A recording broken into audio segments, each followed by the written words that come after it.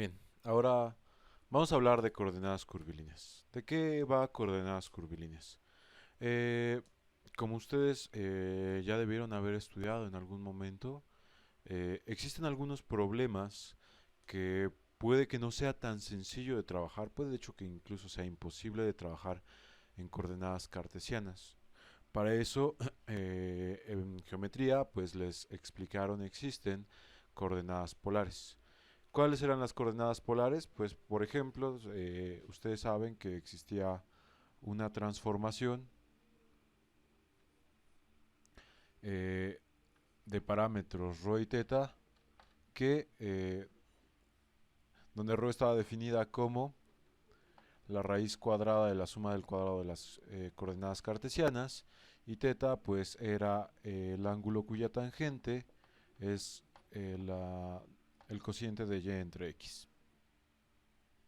Y entonces la diferencia que existía entre este par de coordenadas es que para un punto las coordenadas en x y en y pues serían la proyección sobre estos ejes. Sin embargo, en coordenadas en coordenadas polares, ese mismo punto se representaba a partir de la longitud del segmento de recta que existía del origen al punto, y esto era ρ, y el ángulo que formaba este segmento de recta con el eje X, y esto pues era teta. Existen algunos problemas en matemáticas y en física que son más sencillos de resolver en coordenadas polares que en coordenadas cartesianas. Bueno, pues lo que vamos a tratar ahora son cambios de coordenadas de este estilo, pero ya desde un punto de vista más general y también desde el punto de vista del cálculo, porque aquí los operadores diferenciales pues ya van a ser distintos. Entonces, ¿cómo vamos a definir un sistema de coordenadas curvilínea? La teoría en general nos dice que deberíamos de tener dos transformaciones, una transformación directa t, que son las coordenadas cartesianas x, y, z como funciones de parámetros u, v y w, y además pues debería de existir una transformación inversa que serían pues las coordenadas u, v y w, que serían las coordenadas curvilíneas, como funciones de las coordenadas cartesianas x, y, z. Si es que existen estos mapeos, por supuesto, si este de acá es invertible, existiría el otro y este otro mapeo sería único y pues nos permite trabajar eh, cambiando de una coordenada o de un sistema de coordenadas a otro. Esto pues obviamente sirve para cuando la representación de algún problema pues es más sencilla en unas coordenadas que en las cartesianas, que son las usuales. Muy bien, entonces, ¿cómo funcionaría esto o cómo podemos entender estas nuevas coordenadas y qué similitudes tienen con las coordenadas cartesianas? Si nosotros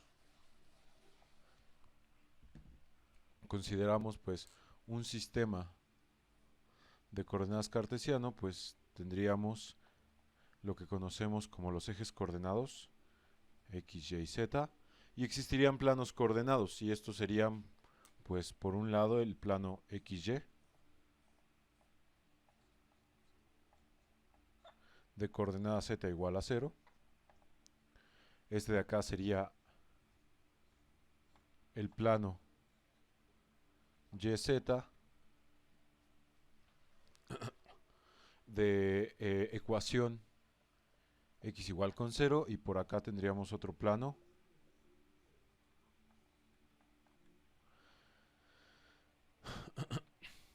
xz de ecuación y igual a 0. Esto pues nos da que tenemos ejes coordenados y planos coordenados y cualquier punto que nosotros tengamos en nuestro espacio pues lo podemos representar a partir de la proyección de dicho de dicho punto sobre los ejes coordenados. Entonces, si nosotros ahora tenemos un conjunto de coordenadas curvilíneas, eh, pues nosotros habíamos visto, por ejemplo, que pues existe la transformación de x, y y z como funciones de parámetros u, v y w.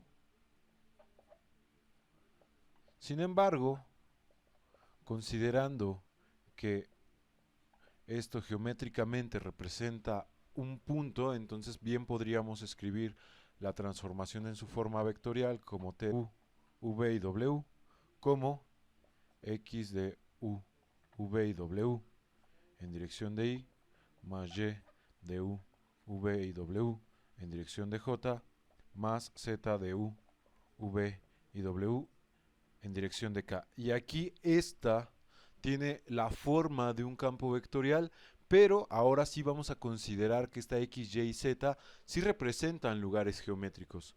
Representan lugares geométricos, sin embargo, son funciones de u, v y w que en otras coordenadas también representan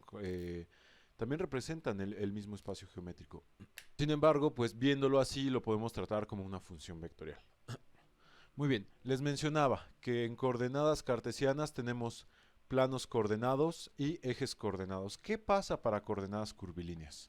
Considerando que ahora vemos nuestra transformación como un campo vectorial t de u, v y w, x de u, v y w en dirección de y, más y de u, v y w en dirección de j, más z de u, v y w en dirección de k. ¿Qué pasaría, por ejemplo, si consideramos que u es igual con c y esto es una constante? Pues nuestro campo vectorial se convertiría en t de c, v y w. Si nosotros dejamos a u constante, entonces esto pasa de ser un campo vectorial a ser una superficie. ¿Y qué pasaría, por ejemplo, si ahora no solo hacemos u igual con c constante, sino además hacemos v igual con una cierta k y que esto también sea constante? Pues esto se transformaría en t de c, k, donde estas de nuevo son constantes y la única variable sería w. Esto, si aquí tenemos dos variables libres, es una superficie, pero ahora si tenemos una sola, esto representaría una curva.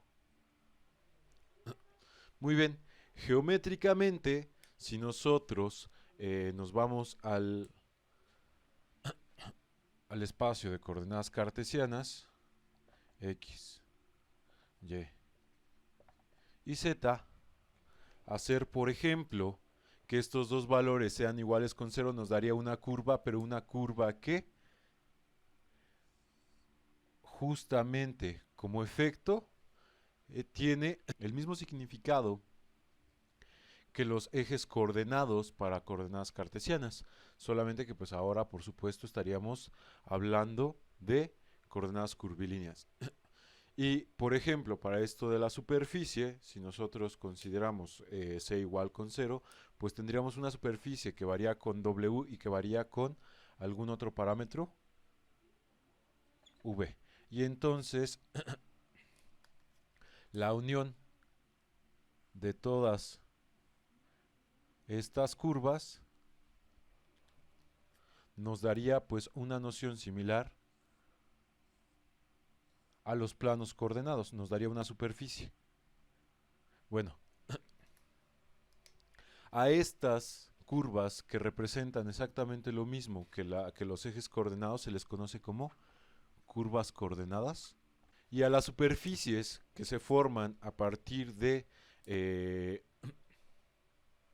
dejar dos de las variables libres y hacer constante una de ellas, pues serían igual que los otros eran planos, estas serían superficies coordenadas. Entonces, pues tienen exactamente el mismo sentido que tienen los ejes coordenados y los planos coordenados para coordenadas cartesianas, para las coordenadas usuales.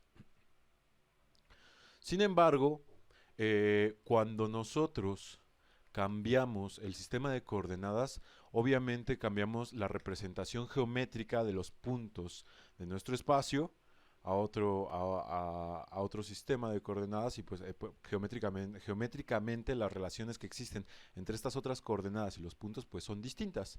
Sin embargo, no solamente las geometrías cambian, también cambia su variación, también cambia el cálculo que se hace en estas nuevas coordenadas. Entonces, eso también hay que estudiarlo. Muy bien, si nos estamos cambiando de coordenadas, ¿por qué puede ser que nuestro problema sea más fácil de resolver en un sistema de coordenadas curvilíneo? Pues una de las cosas que también tendría que suceder es que nuestros campos vectoriales estén empatados con estas nuevas coordenadas. ¿Por qué lo digo? Porque si nosotros tenemos nuestro campo vectorial es siempre función, además, bueno, no función, sino que está representado respecto a los vectores I, J y K. Pero ¿quiénes son los vectores I, J y K? Los vectores I, J y K son los vectores que nos dan eh, la dirección de cambio de las variables cartesianas, X, Y, Z. Aquí tendríamos al vector I, por acá tendríamos al vector J, y aquí subiendo tendríamos al vector K. Si nosotros queremos cambiarnos de coordenadas por completo, también cambiar nuestros campos vectoriales, pues tenemos que encontrar una nueva base de vectores. Una nueva base de vectores que ya no represente lo que representaban I, J y K para el sistema, bueno, que representen lo que representaban I, J y K para el sistema cartesiano, pero ahora en nuestras coordenadas curvilíneas. Estos nuevos vectores, pues por supuesto, tendrían algo que ver con las superficies y con las curvas coordenadas de nuestro nuevo sistema. EV, y por ejemplo aquí debería de estar, no me alcanza el espacio, lo voy a poner aquí abajo, EW. ¿Vale? Pues vamos a hablar un poco más de cómo tendrían que ser esta nueva base de vectores con los que vamos a trabajar. Muy bien, para esto primero voy a hablar un poco de los vectores I, J y K y la relación que existe entre estos y las superficies y los planos y ejes coordenados. Entonces, nosotros teníamos para el sistema cartesiano, aquí está, X, Y, Z. Y por ejemplo, si nosotros aquí trazamos el vector y sabemos que siempre tiene esa dirección, representa la dirección de variación de la variable x. Y sabemos, por lo tanto, que el vector y es paralelo al eje x, ¿cierto? Sin embargo, no es la única relación que existe del vector y las coordenadas cartesianas. También sabemos que, por ejemplo, si nosotros nos consideráramos el plano ZY, este vector y es ortogonal a ese plano, al plano YZ. Si ahora pensamos en el vector J, aquí está el vector J, pues este vector J es paralelo al eje Y, pero además este vector J sería ortogonal al plano XZ. Y finalmente, pues si consideramos el vector K, este estaría por acá, este de acá pues sería por supuesto paralelo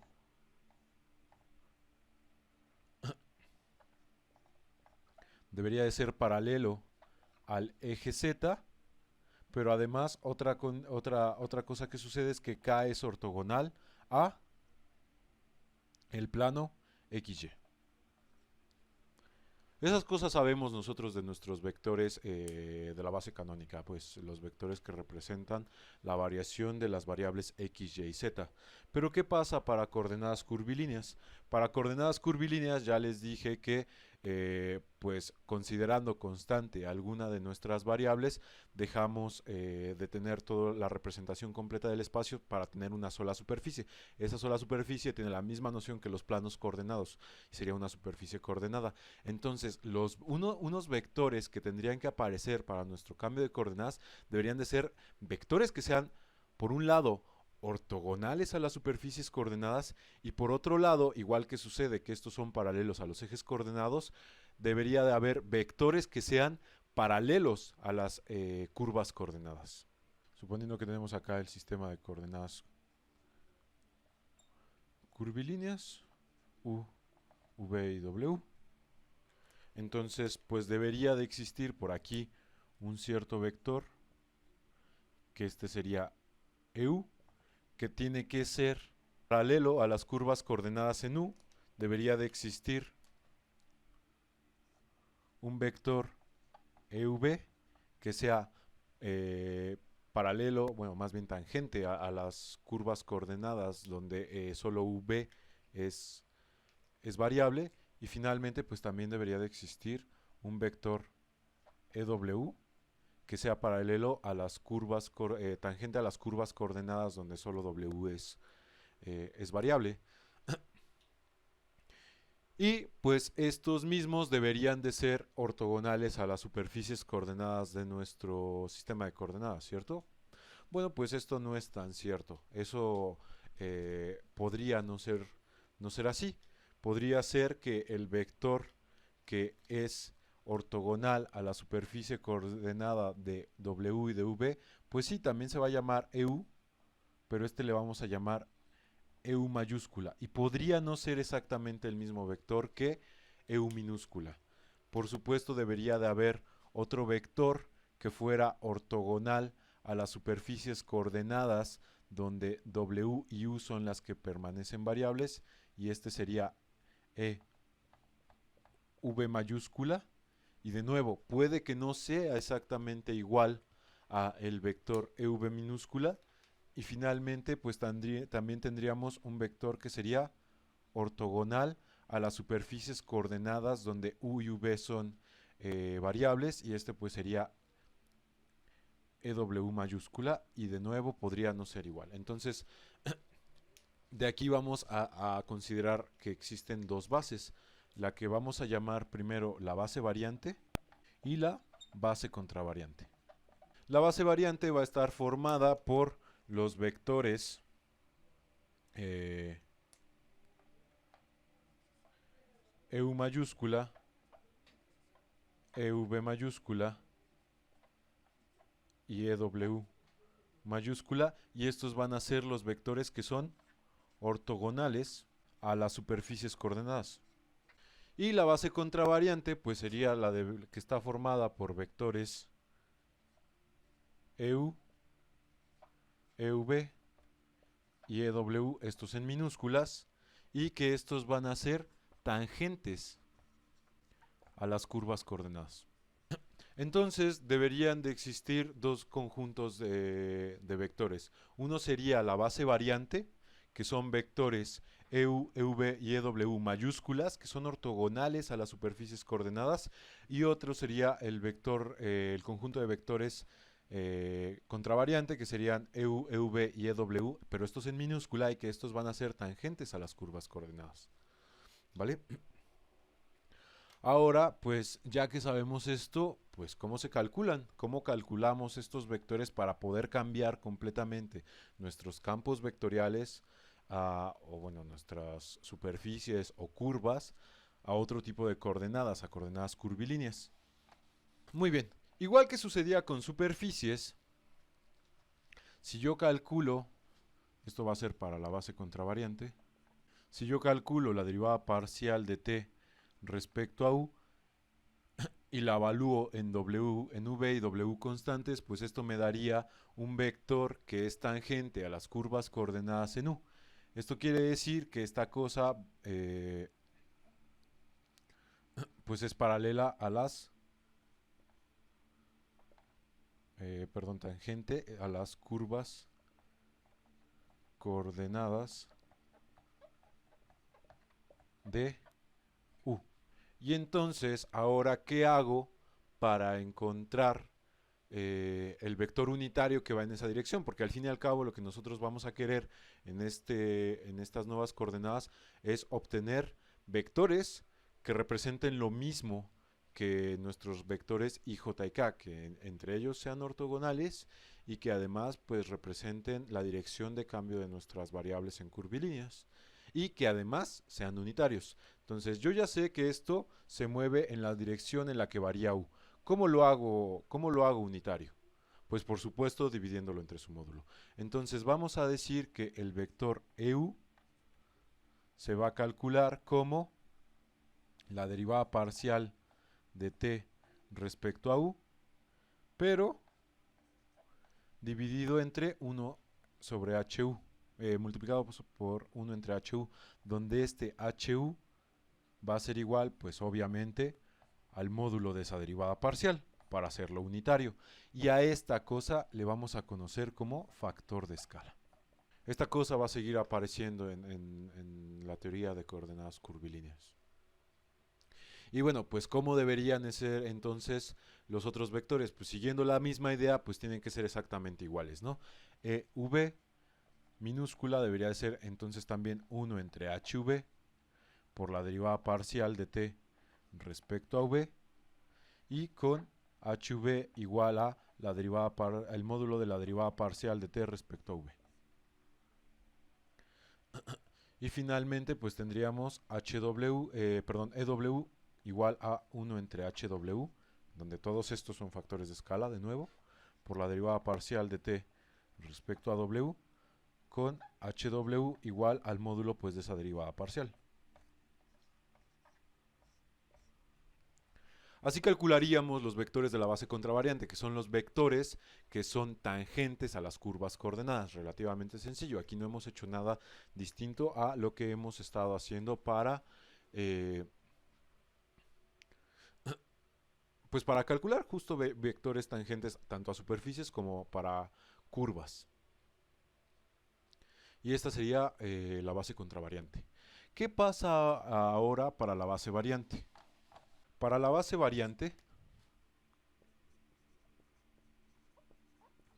deberíamos de encontrar un vector EU mayúscula que fuera ortogonal a las superficies coordenadas donde ¿qué? Donde varían V y W.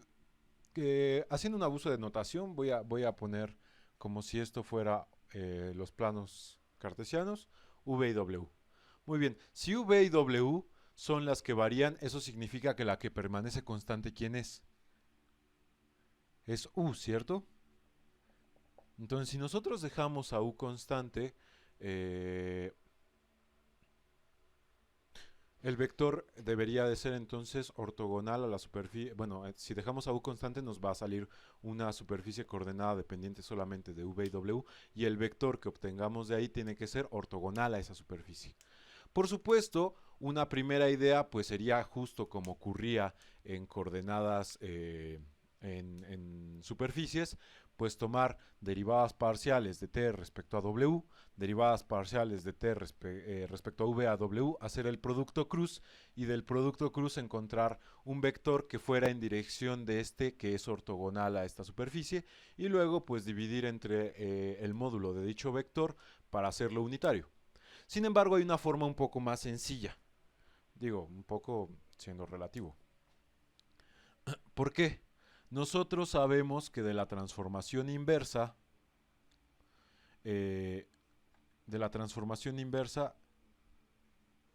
tenemos a u como una función de x, y, z, a v como una función también de x, y, z, y a w como una función también de x, y y z.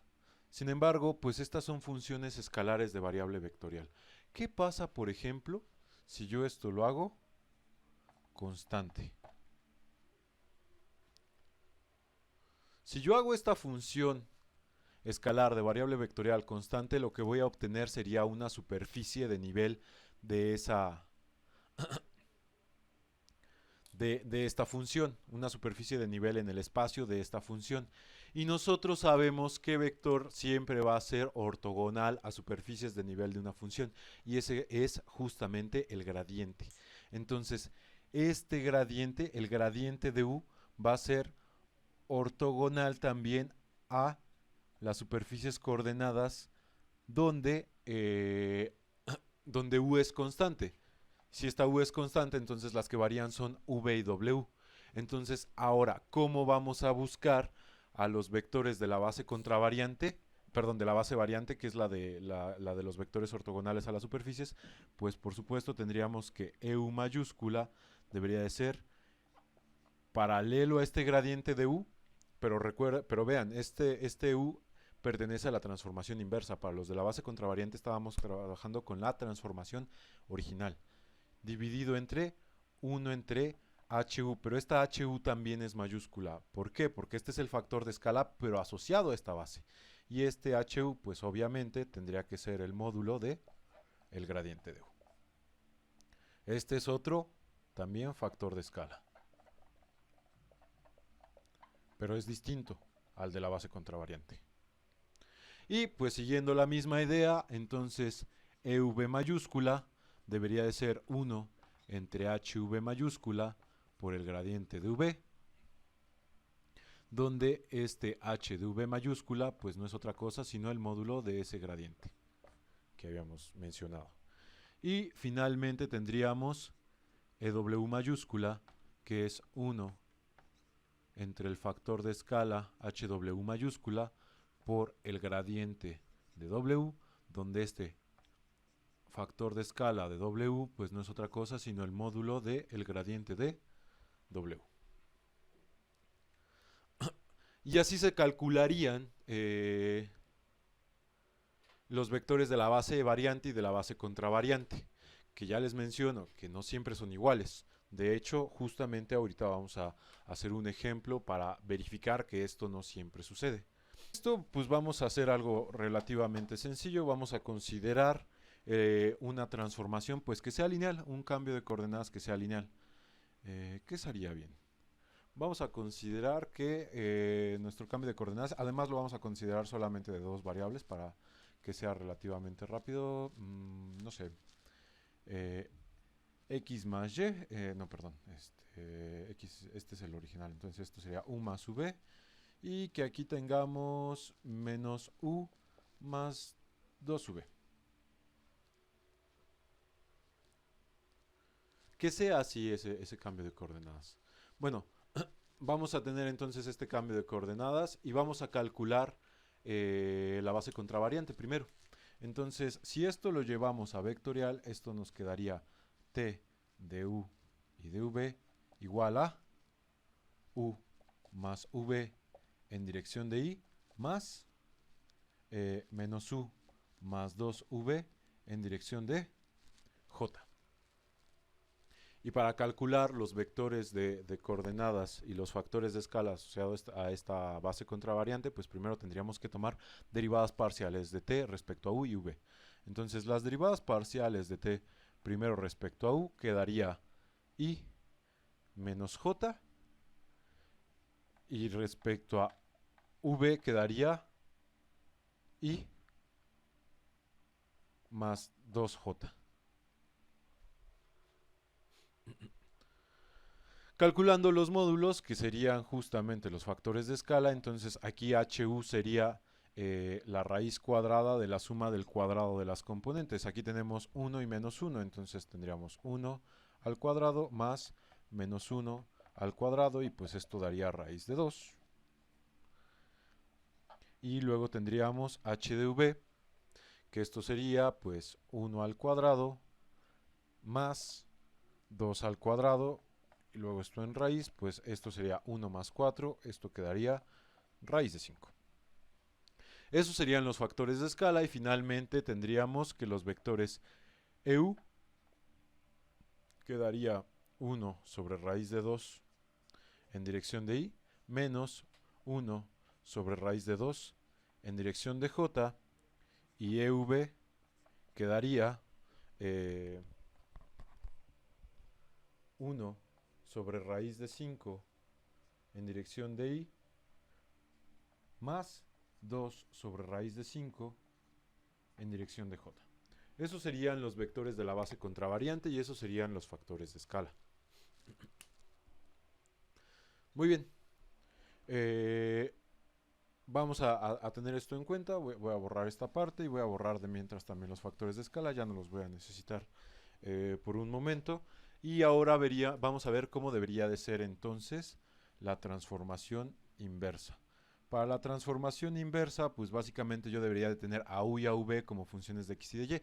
De esta, porque es una transformación sencilla, se puede obtener. ¿Qué pasa, por ejemplo, si yo sumo a x y a y de aquí? Yo tendría x más y, y si se dan cuenta, aquí tenemos u positiva y u negativa. Entonces, estas dos se cancelarían y me quedaría esto igual a 3 veces v. Eso quiere decir que v sería igual a x más y todo esto dividido entre 3. Y si ahora yo quiero conocer cuánto tiene que valer u para este sistema de coordenadas, pues bien lo puedo despejar de alguna de estas. Por ejemplo, de la primera, u me quedaría como x menos v. Eso significaría que yo tendría 2x menos y todo esto también sobre 3. Esto, déjenme ver, esto está bien.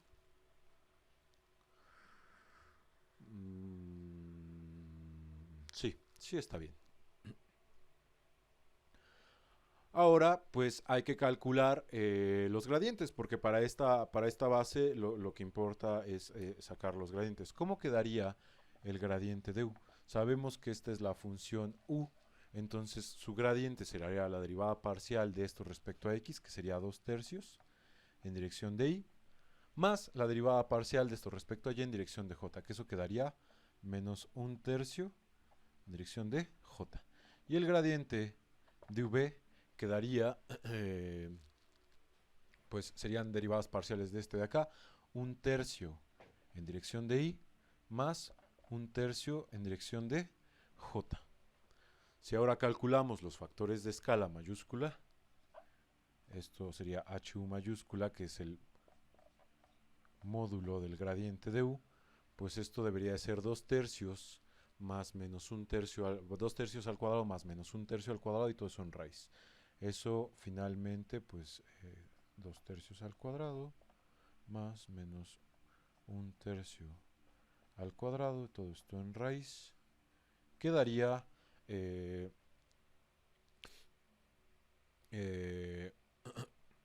igual a raíz de 5 sobre 3. Y el factor de escala asociado a la v, pues que sería el módulo del gradiente de v, sería la suma del cuadrado de estos dos y también en raíz. Entonces esto sería la raíz de 1 tercio al cuadrado más 1 tercio también al cuadrado, y pues esto quedaría raíz de 2 sobre 3. Y finalmente, utilizando estos para encontrar ya los vectores EU y EUV mayúscula, pues EU quedaría de tomar este y dividirlo entre este factor de escala, que sería pues 2 entre raíz de 5 en dirección de y, menos 1 entre raíz de 5 en j. Y EV quedaría pues 1 entre raíz de 2 en dirección de y, más 1 entre raíz de 2 en dirección de j. Si comparamos los resultados de estos, pues es claro que estos vectores son distintos. Esto sucede porque este sistema de coordenadas no es ortogonal. Y con eso les doy la respuesta de que se necesita para que las bases variante y contravariante sean iguales. El sistema de coordenadas tiene que ser ortogonal. Y entonces pues vamos a ver qué es eso. ¿Qué significa que un sistema de coordenadas sea ortogonal? Un sistema de coordenadas va a ser ortogonal y va a ser muy sencillo. Básicamente si nosotros calculamos la base variante y resulta que EU es ortogonal con EV, EU es ortogonal con EW y finalmente EV es ortogonal con EW. Eso es lo que tiene que pasar.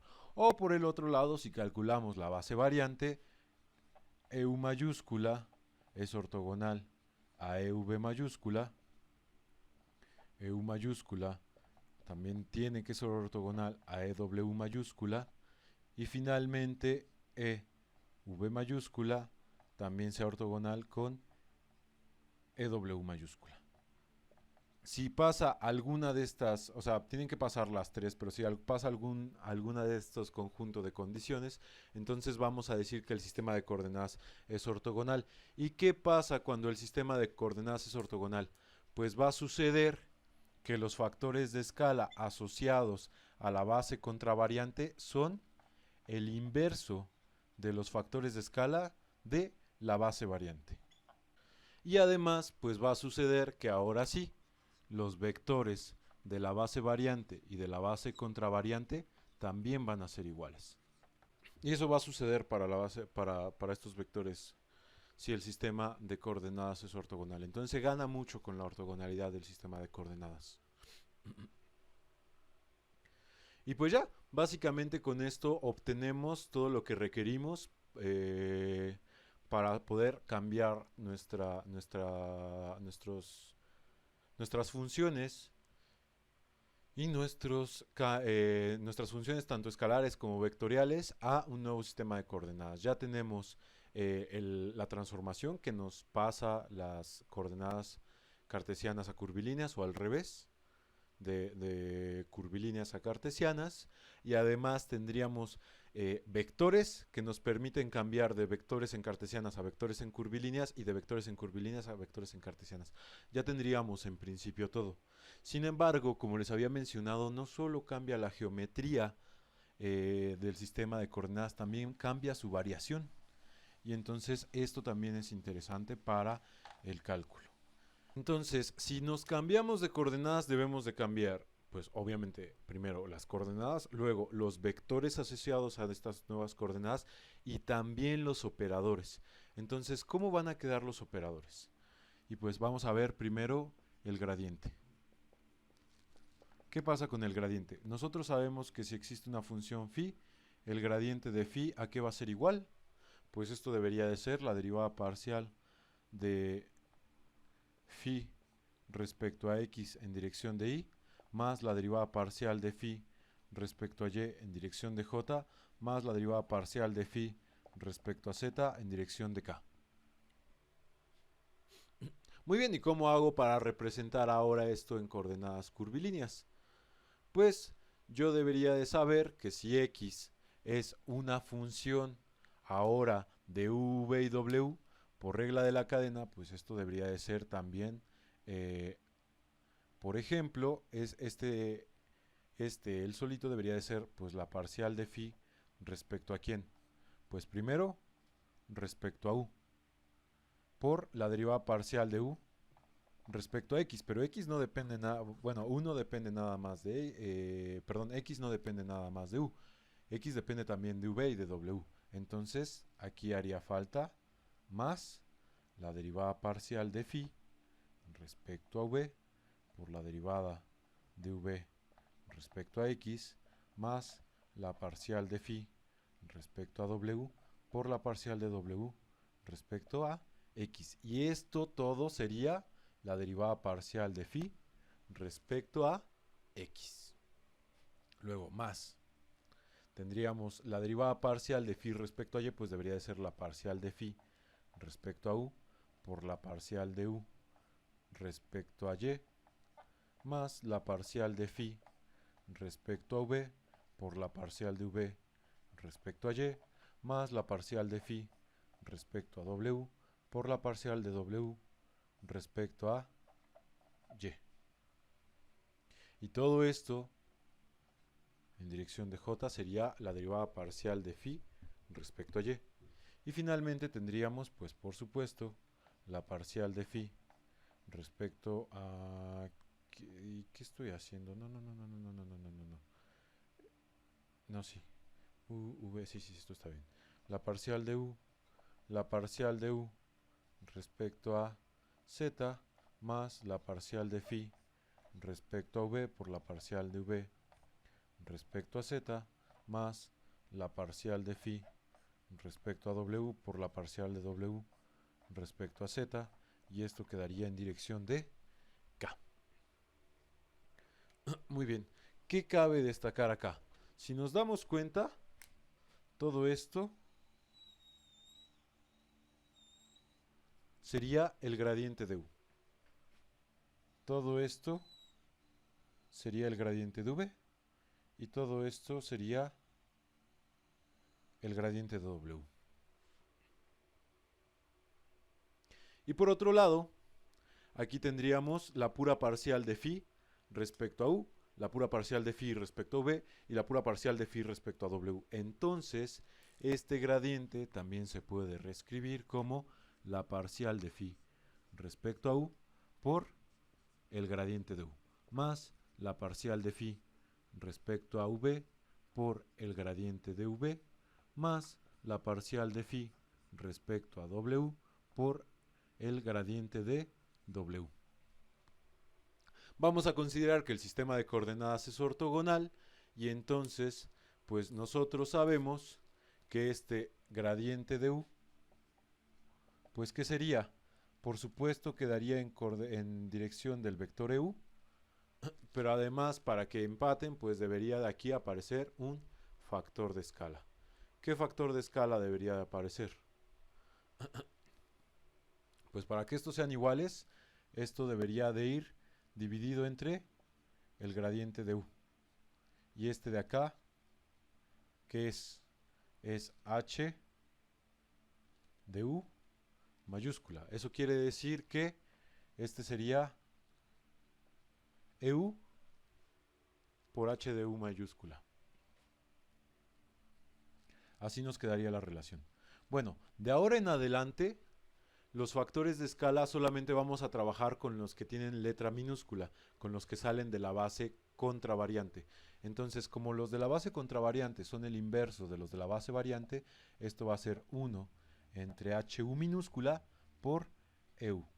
Y entonces, esta parte de acá, todo este gradiente, ahora lo vamos a poder reescribir como, considerando que lo mismo sucede para los otros vectores, pues porque también sucede, lo pueden comprobar ustedes si quieren, sería 1 entre HU por el gradiente, por la parcial de phi respecto a U, y esto en dirección de EU, más 1 entre HV por la parcial de phi respecto a V en dirección de EV, más 1 entre HW por la derivada parcial de phi respecto a W en dirección de EW. Y así quedaría el gradiente en curvilíneas. Si se dan cuenta, es muy similar al gradiente en coordenadas cartesianas. Aquí este EU hace las veces del vector I, este EV hace las veces del vector J y este EW hace las veces del vector K.